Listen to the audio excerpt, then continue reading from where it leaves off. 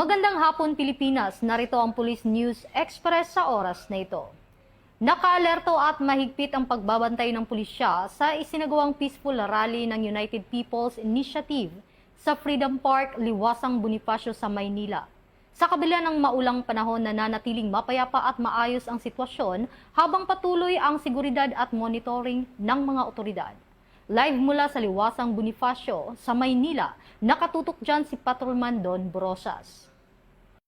Magandang araw bagong Pilipinas. Sa kabila ng malakas at pabugso-bugsong pag-ulan, nananatiling nakaantabay ang Philippine National Police sa idinaraos na Peaceful People's Rally ng United People's Initiative dito sa Freedom Park ng Liwasang Bonifacio, Manila upang matiyak ang seguridad ng publiko at mapanatili ang kaayusan sa lugar. Batay sa pinakahuling monitoring, umabot na sa umigit kumulang 450 ang bilang ng kalahok sa pagtitipon at inaasahan pang madaragdagan habang nagpapatuloy ang programa. Nananatiling nakahimpilang mga rallyista sa Freedom Park sa kabila ng patuloy na pagbuhos ng malakas na ulan.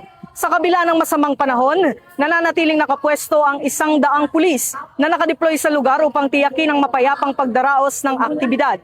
Ayon sa mga otoridad, sapat ang kasalukuyang deployment upang mapanatili ang seguridad at agad na makatagon sakaling magkaroon ng anumang insidente. Samantala, nakararanas ng katamtamang daloy ng trapiko sa parehong northbound at southbound lane sa paligid ng Liwasang Bonifacio. Wala namang naitatalang anumang untoward incident at patuloy na minomonitor ng PNP ang sitwasyon upang matiyak ang mapayapa, ligtas at maayos na pagdaraos ng People's Rally sa kabila ng patuloy na malakas na ulan.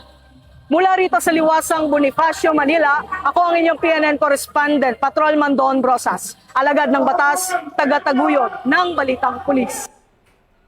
Para sa napapanahong balitang pampulisya, laging tumutok sa Police News Network, alagad ng batas, taga-taguyod ng Balitang Pulis. Ako po si Patrolwoman Resalie Umalay, bagong PNP para sa bagong Pilipinas, serbisyong mabilis, tapat at nararamdaman.